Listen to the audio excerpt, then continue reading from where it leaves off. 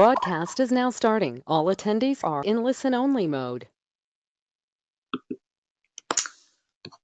All right, hello everybody, and welcome to the Ohio Balance of State Continuum of Care Permanent Supportive Housing Compliance Coordinated Entry and More training. So the purpose of today's webinar is to provide a refresher on key requirements and expectations for permanent supportive housing providers. Today we're going to talk about PSH overview and key elements, PSH eligibility, documenting chronic homeless status, match requirements for PSH projects, administering rental assistance, PSH prioritization, housing first in PSH, and we'll also touch on PSH and coordinated entry. So first we're going to start with the general PSH overview. So what is permanent supportive housing? Generally, PSH is decent, safe, and affordable housing for individuals experiencing homelessness and who also have a disability. In its most literal sense, this housing should be permanent, so not time limited, and should also be supportive, meaning that there are optional wraparound services available to individuals that are interested. When used correctly, PSH is successful, cost-effective, and beneficial. Not only does PSH benefit the person gaining housing, but it also generates cost savings to public systems. So for example, a study by the Corporation for Supportive Housing showed that those living in PSH reduced their use of public resources, such as emergency room visits, detox services, and time spent incarcerated. And this resulted in an annualized savings of $16,282 per unit, which amounts to 95% of the cost of providing supportive housing. This study by CSH also went on to show that supportive housing further benefits communities by improving neighborhood safety, beautifying city blocks with new and rehabilitated properties, while also increasing or stabilizing property values over time.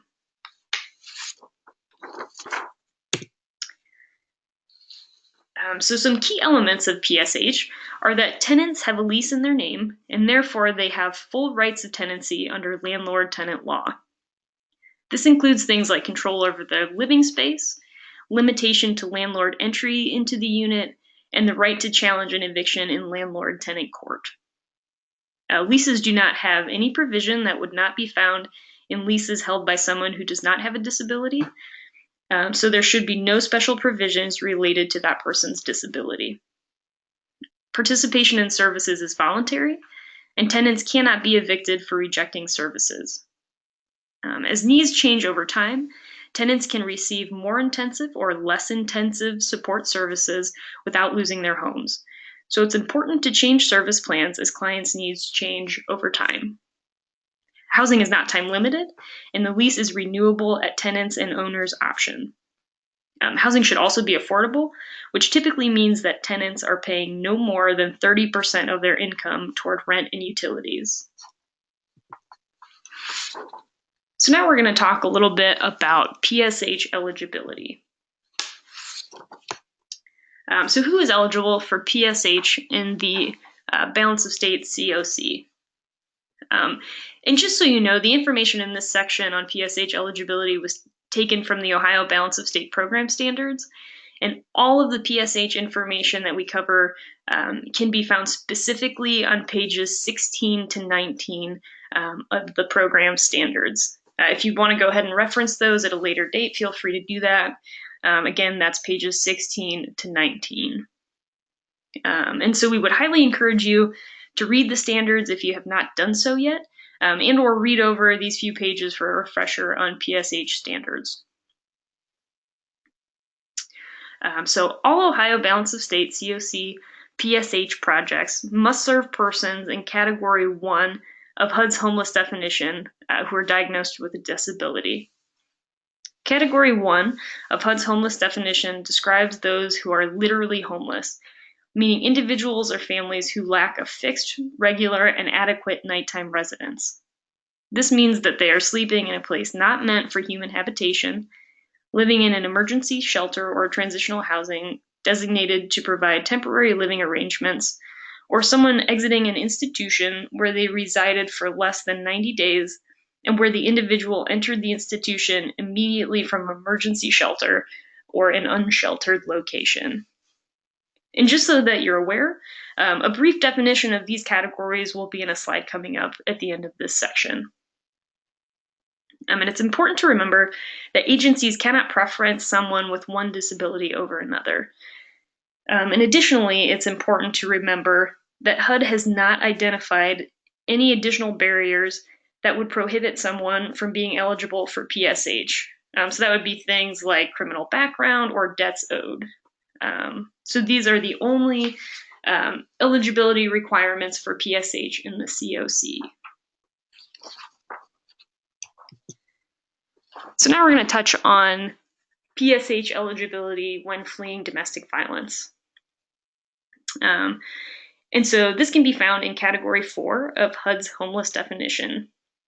Ohio Balance of State PSH projects can serve disabled individuals and households fleeing domestic violence. However, they must have been residing in a shelter or transitional housing immediately prior to entering the PSH project. Also, if a domestic violence survivor is coming from a transitional housing project, they must have come into transitional housing directly from the streets or shelter if they are to be eligible for PSH. So essentially, what this means is that if a person is fleeing from a house situation, they would not be eligible for PSH.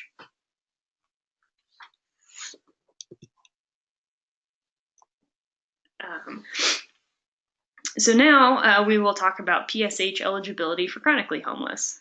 And we'll talk more in depth about chronic homeless documentation in just a few slides. But all PSH projects in the Ohio Balance of State must prioritize chronically homeless for PSH and follow the orders of priority listed in the Ohio Balance of State COC homeless program standards. And remember, a person living in transitional housing projects lose their chronically homeless status, therefore they are the last prioritized group. Chronic homeless status must be documented in accordance with HUD's requirements. So here's a quick reference for those who prefer to see what eligibility by category looks like in chart form. I'm more of a visual learner, so this kind of helps me a little bit. And so eligible individuals would be those in Category 1 who are literally homeless, and also Category 4, fleeing or attempting to flee domestic violence and residing in a shelter or transitional housing. Those that would be ineligible would be Category 2, so individuals and families who are at imminent risk of homelessness, and also Category 4, fleeing or attempting to flee domestic violence and coming directly from a housed situation. All right, so here we have a few practice scenarios to see if the information we just covered is making sense to everyone. It's important to note that while some of the people in these scenarios may be eligible, that does not necessarily mean that they are prioritized. But there will be more on prioritization coming up in future slides. So the first scenario we have here is Leonard. Leonard has been living on the streets for the last 13 months. He was just released from a 1-month substance abuse treatment facility. So would Leonard be eligible for PSH? Yes, Leonard is eligible for PSH because he falls into Category 1 of the chronically homeless definition and was in the substance abuse treatment center for fewer than 90 days. So next we have Nora. Nora has been living on the land and in and out of shelter for the past year. She recently came back to the shelter after fleeing a domestic violence situation while couch surfing. So would Nora be eligible for PSH? Yes, Nora is PSH eligible because she falls into Category 4 of the chronically homeless definition. So third, we have Carl. Carl lost his job 3 weeks ago and does not have enough money to pay rent. He knows his landlord will evict him soon. So would Carl be eligible for PSH? In this case, Carl is not eligible because he falls in category 2 of the homeless definition and is not literally homeless. In the last scenario we have, Max and Susie have been living in shelter together for the last 2 months. Max does not have a disability, but has been homeless for over 12 months in the last 2 years. And Susie has a documented disability, but has only been homeless for 2 months. So would Max and Susie be eligible? In this scenario, Max and Susie are eligible for PSH in general if they entered the shelter as a family and Susie is head of household. However, due to Susie's length of time homeless, they may not be prioritized for PSH.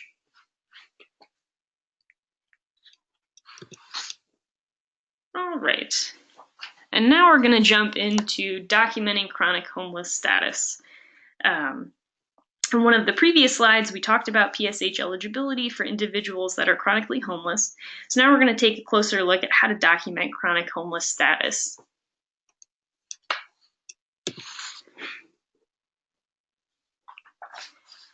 Chronically homeless means that someone has lived in a place not meant for human habitation, emergency shelter, or safe haven continuously for 1 year, or at least 4 separate occasions over the last 3 years where the combined length of time was at least 12 months.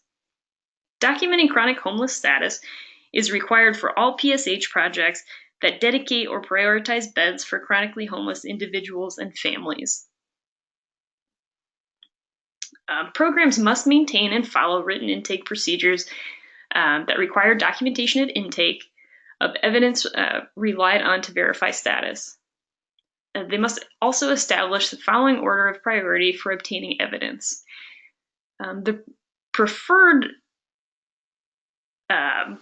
order of priority would be third-party evidence, followed by intake worker observation, and then lastly, certification from the person seeking assistance. So now we're going to talk a little bit more about third-party documentation, which is the preferred method. So you must document individuals or head of household, the length of time homeless, and the location the person was. Third-party documentation is the preferred way to document an individual's time in a place not meant for human habitation, emergency shelter, or safe haven. However, for all clients, up to 3 months can be documented through self-certification. Self-verification does not have to be notarized.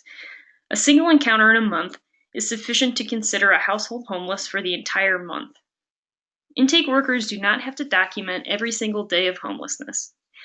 If third-party documentation cannot be obtained, a written record of intake workers' due diligence to obtain the documentation, the intake worker's own documentation of the living situation, and the individual self-certification of the living situation would be sufficient. It's important to remember that the intake worker must note that you tried to get third-party verification and explain why you were not successful. So, for example, it might be that the client was staying in a non-HMIS participating shelter.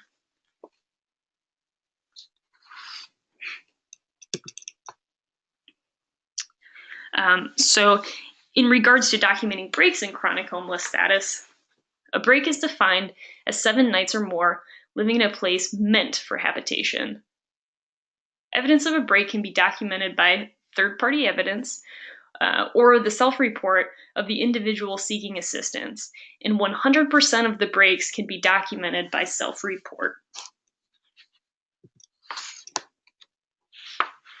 In regards to documenting institutional stays, it's pretty similar to third-party documentation, but discharge paperwork or written or oral referral from social worker, case manager, or other appropriate official stating the beginning and end dates of the time residing in an institutional care facility.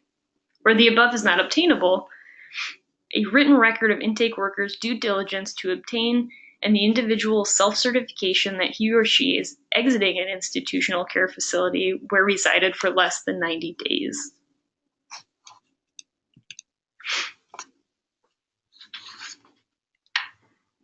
All right. So here, this is talking about how to document 12 months continuous. And this is all suggested by HUD and is not required. So it's best to figure out what's going to work best in your community. But generally, HUD suggests that you start by looking in HMIS to see if there are 12 months continuous homelessness homeless months without evidence of a break. If you find that there is at least one night of homelessness each month for 12 months, then you do not need to inquire about breaks. If there are not 12 months of continuous homelessness in HMIS, identify third-party sources that can verify homelessness. These sources include discharge paperwork or written certification from a health professional. Individual self-certification is also allowable for up to 3 months. And now this is talking about how to document 12 months cumulative. So this is very similar to continuous, except that you document the breaks and the occasions over 3 years. So for this, it's suggested that you start by looking in HMIS to determine if there are 12 months of cumulative homelessness over the last 3 years. If there are not 12 months in HMIS, but the client reports they have been homeless for 12 months in the last 3 years, identify other third-party sources. Third-party verification is meant to be very broad. So that could be a business owner who has seen someone sleeping behind their business, or maybe a police officer who knows that an individual is sleeping in an encampment. Next, identify any documented breaks in HMIS. So for example, that might be a stay in transitional housing. If there are fewer than 3 breaks in HMIS, work with the client to find out where the breaks were. And again, a break is defined as 7 nights or more in a place meant for habitation or in an institution for 90 days or more. All breaks can be documented through individual self-certification.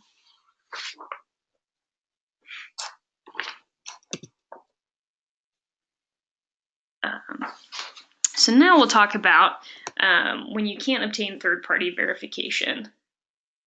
So this would be people who have been living in really remote areas where really no one has been able to reach out to them. So if at least 9 months of homelessness cannot be obtained by third-party documentation, up to the full 12 months can be documented via self-certification. But that's only if the intake worker, they must thoroughly document attempts to obtain third-party documentation and explain why documentation was not obtained. They must obtain a written certification from the individual or head of household of the living situation of the undocumented time period. And this is limited to rare and extreme cases and no more than 25% of households served in an operating year.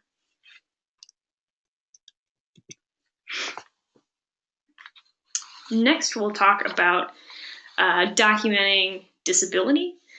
So verification must be from third party and cannot be self-certified.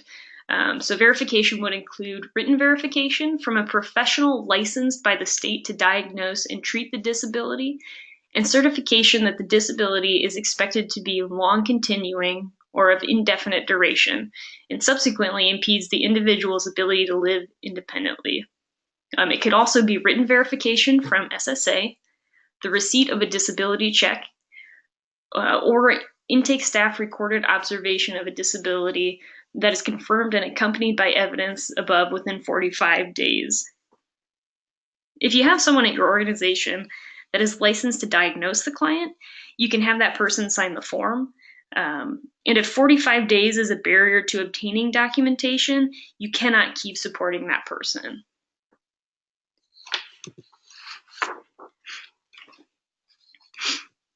All right. And now we're going to talk about match requirements for PSH projects. So match is actual cash or in-kind resources contributed and expended on eligible COC program costs for eligible COC program populations. According to the COC program interim rule, COC program recipients must match all grant funds, except for leasing funds, with no less than 25% of funds or in-kind contributions from other sources. So for example, if a project is requesting $100,000 from HUD without leasing, the required match would be $25,000.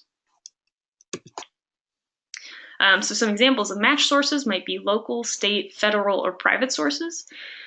Program income, so resident rent. Programs cannot use sources specifically prohibited from use as COC match, and COC program funds cannot match COC program funds.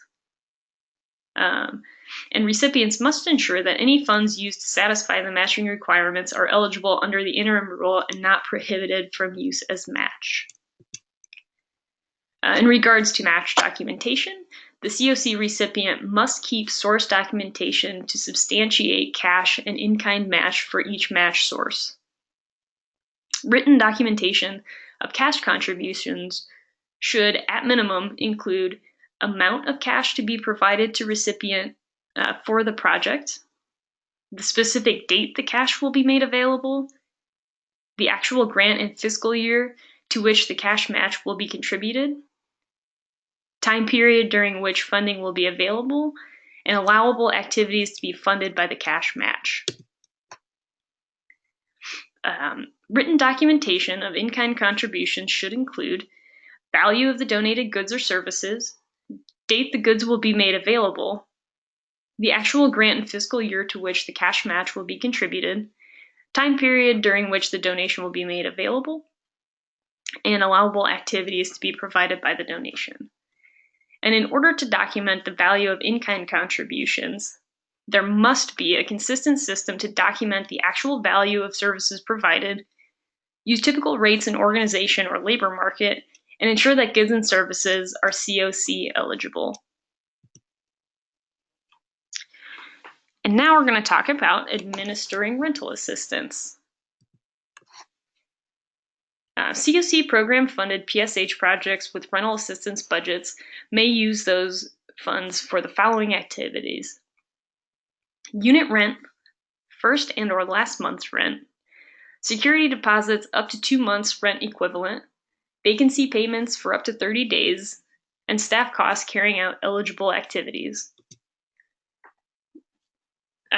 Staff costs carrying out eligible activities would be administering rental assistance, includes contracting for and making rental assistance payments, conducting housing quality inspections. These are all considered service delivery costs and are eligible as rental assistance costs. You should not use your administrative funds to pay for these costs. And now we're moving on to PSH prioritization. So all Ohio Balance of State COC PSH projects must prioritize chronically homeless individuals and families first in all cases and must follow the order of priority. When multiple chronically homeless are identified, those individuals and families with the longest histories of homelessness and with the most severe service needs should be prioritized over those with less severe needs and shorter histories. Additionally, eligible chronically homeless veterans not eligible for VA programs should be prioritized by PSH providers. All Ohio Balance of State PSH projects must use the following order of priority for identifying who should be served. In order to properly utilize the order of priority, PSH projects would first seek to identify a homeless person who meets the first priority. If no one meets that priority, then the PSH project may move to the second priority and down from there. So in the order of priority, the first priority would be chronically homeless individuals and families with the longest history of homelessness and the most severe service needs. So this means that they have been homeless for at least 12 months, whether it's continuous or cumulative, have been identified as having the most severe service needs as evidenced by history of high utilization of services, So things like emergency rooms, jails, psychiatric facilities, or significant health or behavioral health challenges or functional impairments. PSH projects should use their regional coordinated entry assessment tools to determine service needs. Results of assessments may be combined with knowledge of crisis services to determine prioritization, and they must also meet all other elements of the chronically homeless definition. So next, the second priority is chronically homeless individuals and families with the longest history of homelessness. And again, this would be individuals who have been homeless, whether it be continuous or cumulative, for at least 12 months, and who also meet all other elements of the chronically homeless definition. So the third priority is chronically homeless individuals and families with the most severe service needs.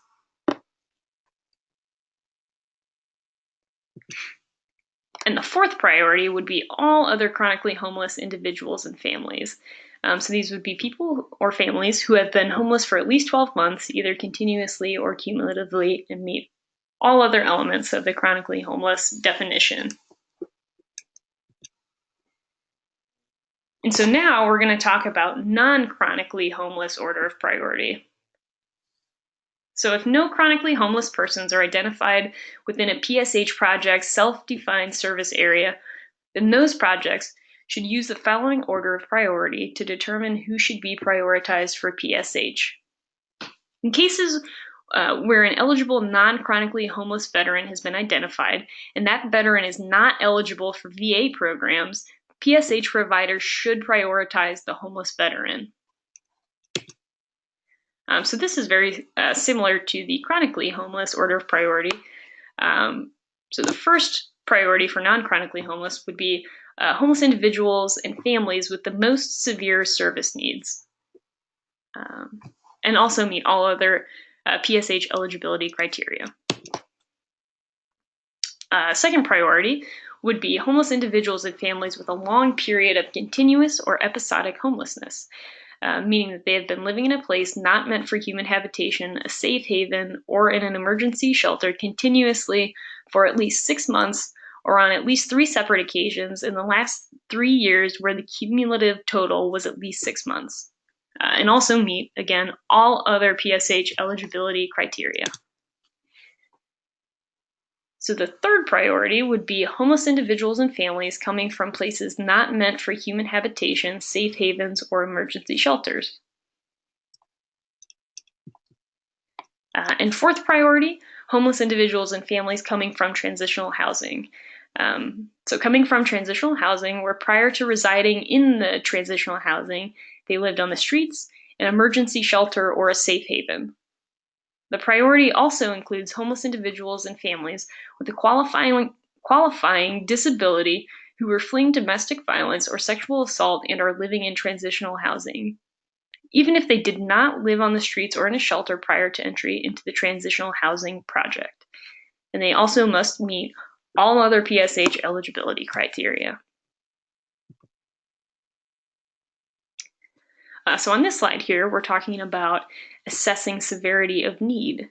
So PSH projects should use the VI-SPDAT to help determine the severity of service needs of people experiencing homelessness in their community. If information about the homeless person's use of local crisis services is available, this information may supplement the assessment information in order to get a better understanding of severity of need. So now we're going to move on to talking a little bit about Housing First in PSH. So Housing First at program entry. This would be reducing barriers at program entry. Projects cannot require things of potential clients to enter their project over and beyond demonstrating meeting basic eligibility and prioritization requirements. At minimum, PSH projects cannot require a minimum income level and/or employment or ability to obtain income or employment. They also cannot require completion of a drug test, participation in transitional housing program prior to entering PSH, or participation in local behavioral health services being a current client of a PSH grantee agency or other local mental health service agency. PSH projects must assess people to identify those with greater vulnerabilities to prioritize for assistance based on the order of priority.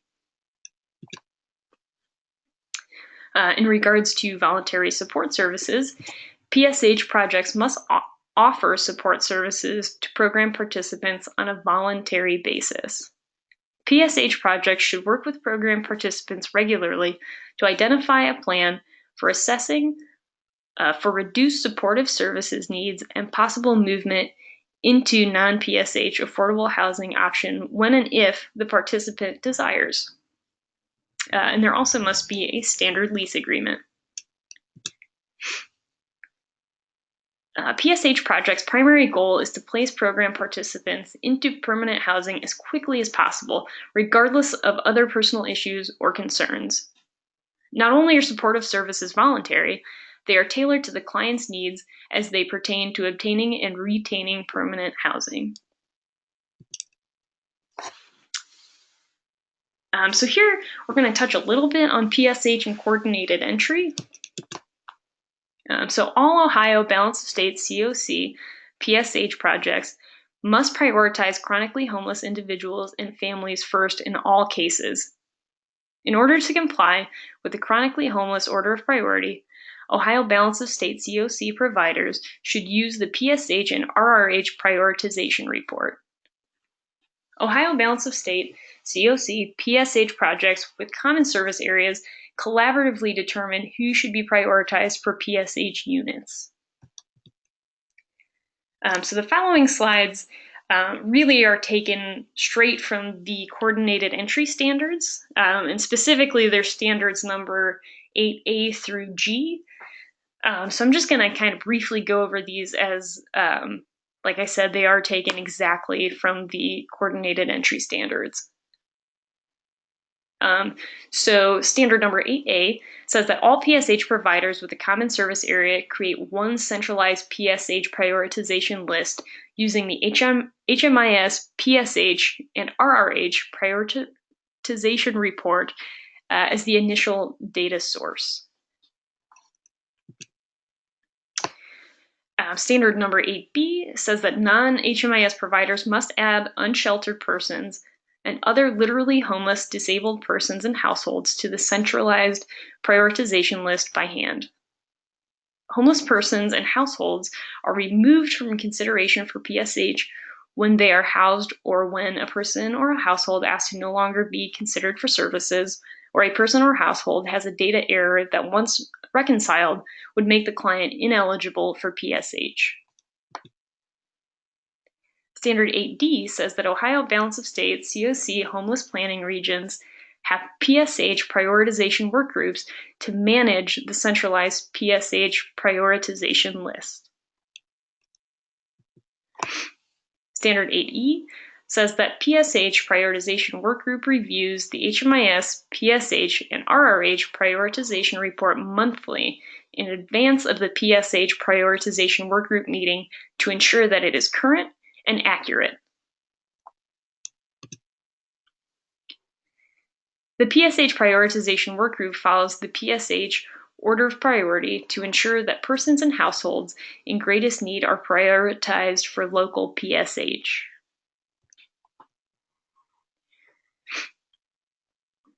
In standard number 8G, the PSH prioritization work group must establish a goal of offering households housing within 60 days of being placed on the PSH prioritization list. For detailed written guidance on how to utilize the PSH and RRH prioritization report, you can visit this link on the HMIS Cohio page. So now we're going to cover a couple questions. This is actually obviously not a live webinar, and so the questions that I'm about to answer were taken from when this webinar was originally recorded in May. However, we had a little bit of a recording glitch, so we're redoing it now.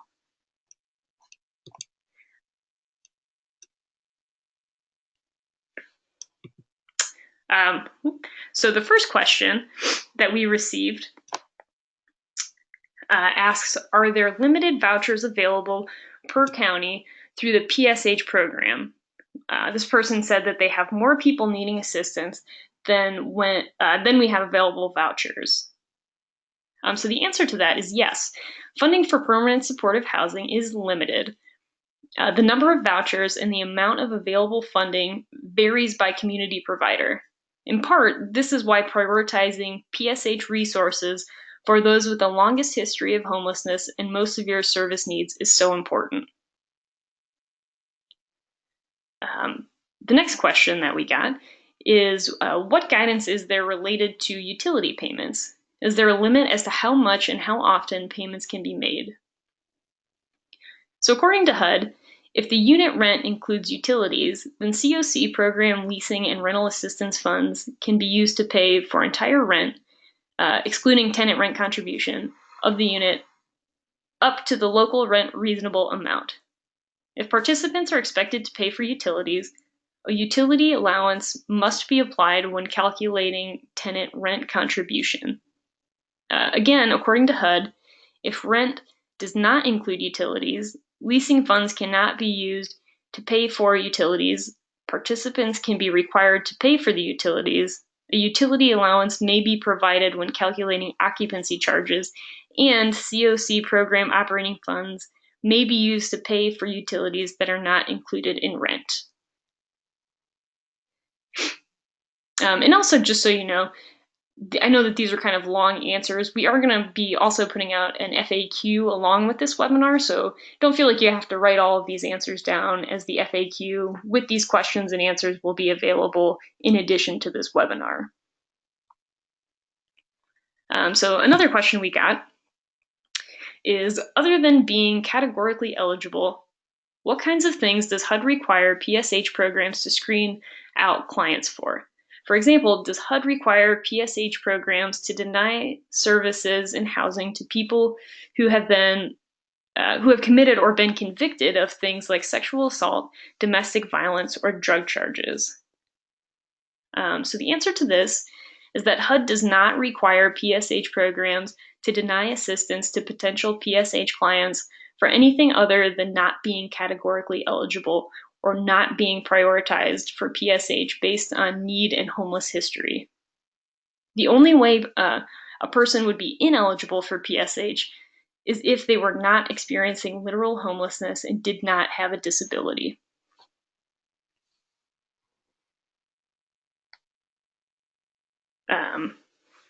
And so another question that we got was someone asked or said that they are preparing for a HUD audit and researching their policies to ensure they meet the federal policies. And they understand that a person fleeing DV is homeless regardless of homelessness status prior to fleeing. Any thoughts? So for this, according to HUD, individuals or families are considered homeless if they are fleeing or attempting to flee domestic violence, dating violence, sexual assault, stalking, or other dangerous or life-threatening conditions that relate to violence, and have no other residence and lack the resources or support networks to obtain other permanent housing. So based on this definition, people fleeing a domestic violence situation would be considered homeless only if they also had no other residence and lacked the resources to obtain their own housing. Got a couple more questions here to go over. So this person said, if a client needs to move from one PSH program to another, how would they be prioritized through coordinated entry? So for example, if a person was currently served by a PSH project for individuals without children, but then had a child or expanded their household and needed to be served by a PSH program that could assist a larger unit, and what documentation and process would be required when moving from one PSH project to another? So for this, the answer would be that HUD allows clients to move from one PSH program to another, although they expect this will happen pretty rarely. Because PSH clients went through the local coordinated entry prioritization process in order to enter the PSH project initially, they do not need to go through another prioritization process if they need to move from one project to another.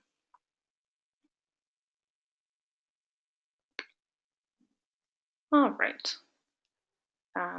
So then someone asked, do PSH program match requirements applicable at the program or the service recipient level?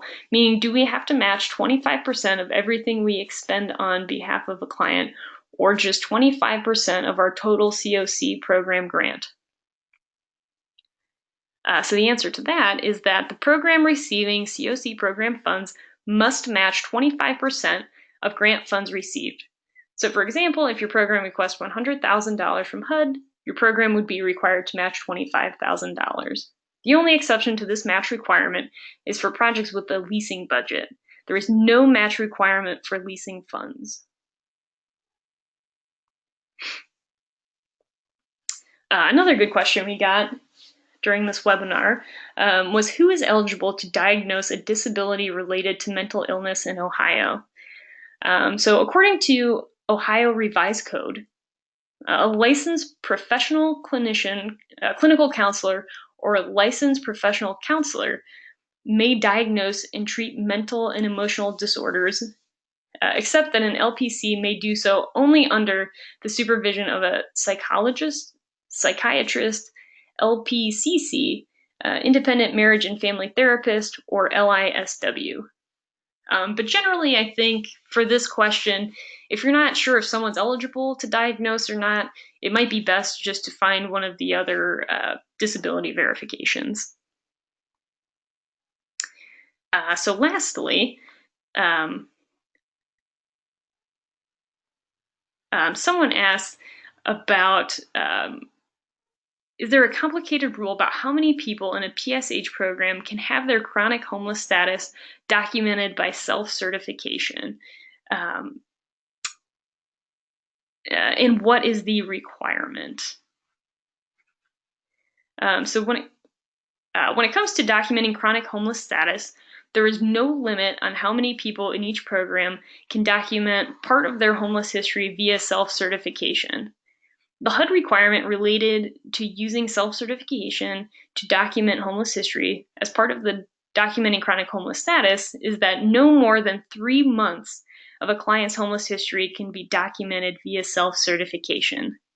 In extremely rare cases, all 12 months of homeless history can be documented by self-certification. However, these cases should be limited to no more than 25% of households served by a particular program in an operating year. So those are some really good questions. There were also some additional questions that will be on that FAQ I mentioned earlier. So if you're still having some questions that we didn't address here, feel free to look at that FAQ, see if they were answered there. And if not, please reach out to us at Kohio, and we'll definitely try to get those questions answered for you. All right. Well, I just want to thank everybody for sticking with me through that PSH webinar. We appreciate your attentiveness and your interest in learning more about PSH. So thank you. And like I said, please reach out with any additional questions or comments that you may have.